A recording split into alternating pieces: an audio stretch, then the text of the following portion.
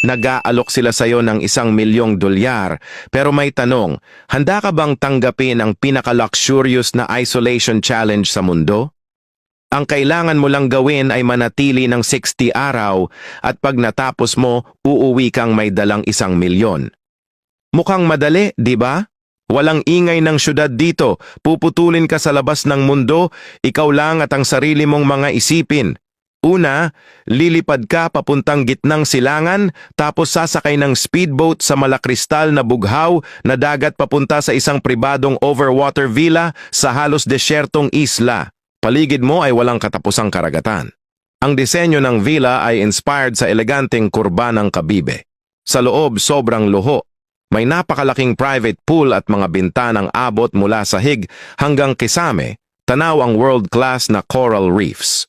May ref na puno ng pagkain para sa 60 araw, pero walang chef. Ikaw ang magluluto para sa sarili mo. Walang wifi, walang TV. Ang tanging social contact mo ay baka ang mga paglangoy ng pawikan sa paligid. Sa mga unang araw parang nasa paraiso ka. Meditasyon, paglangoy, stargazing, halos hindi totoo sa sobrang ganda. Pero pagdating ng ikalawang linggo, magsisimula ng pumasok ang kaba at kalungkutan. Mararamdaman mong gusto mo nang umalis. Kaya ang tanong, alin ang mas nakakatakot para sa'yo? Ang mag-isa o ang talikuran ng $1,000,000? Ito ang Sultan ng Brunei. May 600 siyang Rolls Royce at ang palasyo niya ay may 1,788 na kwarto. At alam mo ba kung magkano siya magpagupit? 1,000,000 pesos. At kung feeling mo yun ng pinakamaangas, teka lang. Dahil ito ang 6 sa pinaka-ridiculous na facts about the world's most expensive lifestyle. Siya ang may-ari ng Istana Nurul Iman, ang pinakamalaking residential palace sa buong mundo. Meron itong 2.1 million square feet and it features 1,788 rooms. Mas marami pa kaysa sa mga 5-star hotels. Sa loob nito ay mayroong 257 bathrooms, 5 swimming pools, 44 marble staircase at 51,000 light bulbs. Sino nga ba itong hari ng Brunei na ito? At bakit siya sobrang yaman? Siya si Sultan Hassan Al Bolkiah ng Brunei. Siya ang pinakamakapangyarihang tao doon. At hindi lang siya basta hari, kundi isa rin siya sa pinakamatagal nang namumuno sa buong mundo. Nagsimula siya bilang sultan noong 1967. At simula noon, literal na gold-plated na ang lahat ng aspeto ng kanyang buhay. Kilala siya hindi lang sa kapangyarihan niya, kundi sa sobrang bongga at over-the-top na pamumuhay na parang pelikula. Saan galing ang pera niya? Watch this video till the end. Para mag-grasp mo kung gaano siya kayaman, siya lang naman ay may koleksyon ng sasakyan na walang sino mang tao sa mundo ang papantay. Ang Sultan ng Brunei ay may koleksyon ng humigit kumulang 7,000 luxury cars na may kabuuang halaga ng higit sa $5 billion. Kabilang dito ang 600 Rolls Royce, 450 na Ferrari at 380 na Bentley. Sa katunayan, hawak ng Guinness World Record para sa pinakamalaking private collection ng Rolls Royce. Isa sa mga natatanging unit sa kanyang koleksyon ay ang gold-plated Rolls Royce na ginamit sa kasal ng kanyang anak na babae.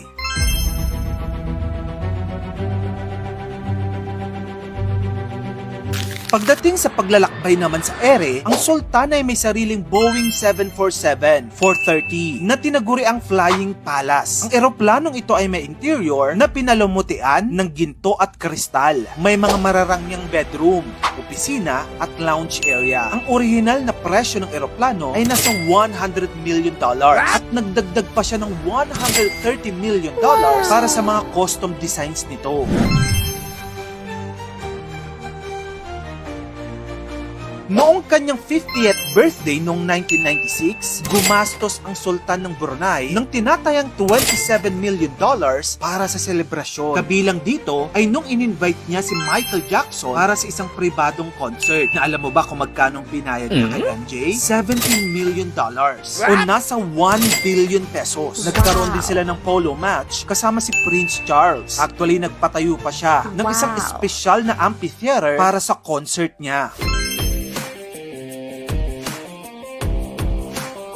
At kung akala mo dyan na nagtatapos ang sobrang ridiculous na lifestyle ng Sultan, well, baka maloka ka kapag nalaman mo ang presyo kapag nagpapagupit siya. Para sa kanyang personal na barber na nakabase sa London, nagbabayad lang naman ang Sultan ng humigit kumulang $20,000 or 1.2 million pesos kada biyahe upang lumipad patungong Brunei para lamang gupitan siya.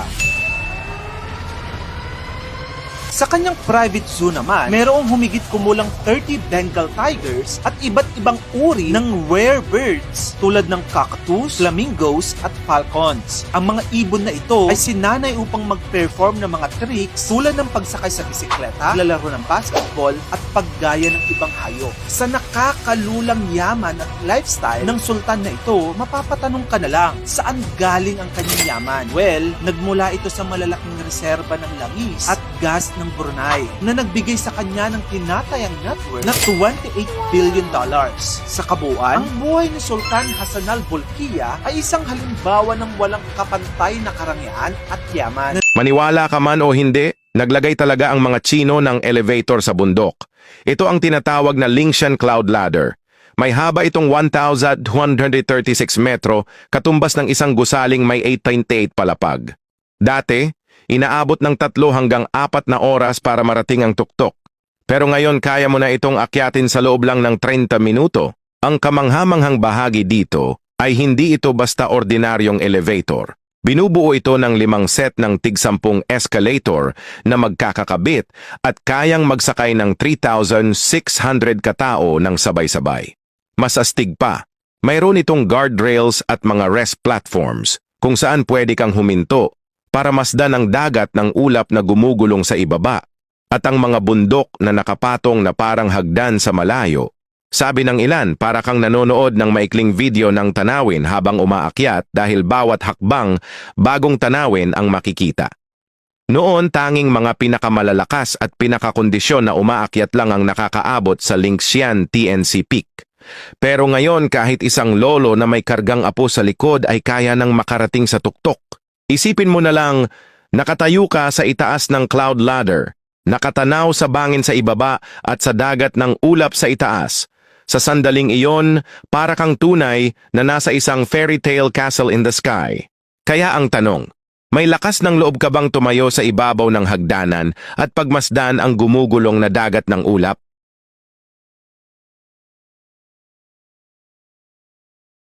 Bakit nga ba may mga truck na nakaparada sa tulay? Ang totoo, isa itong safety test na tinatawag na load test. Sinusukat nila kung gaano kabigat ang kayang dalhin ng tulay para matiyak na ligtas ito. Kapag bumagsak ang tulay sa pagsusulit na ito, kailangan na itong ipagawa muli. May 2 bahagi ang test.